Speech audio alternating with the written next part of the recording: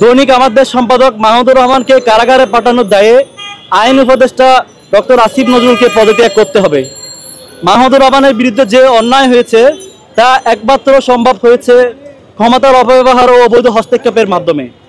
আসসালামু আলাইকুম প্রিয় দর্শক, প্রতিদিন রাজনৈতিক, সামাজিক ও অর্থনৈতিক প্রেক্ষাপট নিয়ে বিশ্লেষণধর্মী ভিডিও পেতে আমাদের চ্যানেলটি সাবস্ক্রাইব করে আমাদের পাশেই থাকুন। ভিডিও শেষে গুরুত্বপূর্ণ আলোচনা করা হবে। চলুন সরাসরি ভিডিওতে। আমাদের সমাজে সত্য ও ন্যায়ের পথে এগিয়ে যাওয়ার জন্য একটি স্বাধীন গণমাধ্যম অপরিহার্য, কিন্তু সাম্প্রতিক সময়ে আমরা লক্ষ্য করেছি আমাদের দেশের সাংবাদিকদের উপর অবিচার ও নির্যাতন চলছে।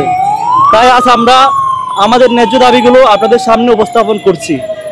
আমাদের প্রথম দাবি হচ্ছে, দৈনিক আমাদের সম্পাদক মাহমুদুর রহমানকে কারাগারে পাঠানোর দায়ে আইন উপদেষ্টা ডক্টর আসিফ নজরুলকে পদত্যাগ করতে হবে।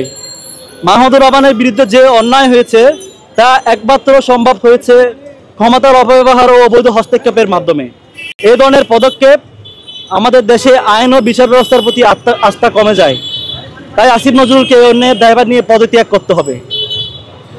দ্বিতীয়ত, মাহমুদুর রহমান সহ সকল মজলুম সাংবাদিক, নির্যাতিত সাংবাদিক, লেখক, রাজনীতিক, আলেম ও ছাত্রদের বিরুদ্ধে মিথ্যা মামলা ও ফরমায়েশি রায় বাতিল করতে হবে। মত প্রকাশের স্বাধীনতা আমাদের সাংবিধানিক অধিকার। এ ধরনের মিথ্যা মামলা করে তাদের কণ্ঠরোধ করার প্রচেষ্টা একটি অগণতান্ত্রিক ও পেশিবাদী শাসনের লক্ষণ। আমরা অবিলম্বে এসব মিথ্যা মামলা প্রত্যাহার ও ফরমায়েশি রায় বাতিলের দাবি জানাচ্ছি। তৃতীয়ত, আমরা দাবি করছি যে যারা মিথ্যা মামলা করেছে সেই মামলার বাদী, সাক্ষী, তদন্ত কর্মকর্তা ও বিচারকদের গ্রেপ্তার করতে হবে।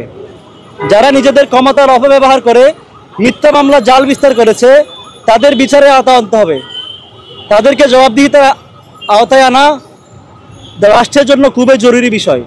চতুর্থত, দৈনিক আমার দেশ এবং দিগন্ত টিভি জোর করে বন্ধ রাখার কারণে যে আর্থিক ক্ষতি হয়েছে তা রাষ্ট্রকে ক্ষতিপূরণ দিতে হবে এবং পুনরায় চালু করার খরচ রাষ্ট্রকেই বহন করতে হবে। গণমাধ্যমকে নিয়ন্ত্রণ করা একটি জাতির জন্য মারাত্মক হুমকি। তাই আমরা এই অন্যায়ের ক্ষতিপূরণ চাই।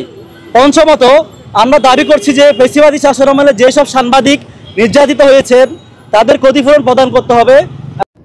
প্রিয় দর্শক, আপনাদের গুরুত্বপূর্ণ মতামত জানাতে পারেন আমাদের কমেন্ট বক্সে। প্রত্যেকে ভালো থাকবেন। আল্লাহ হাফেজ।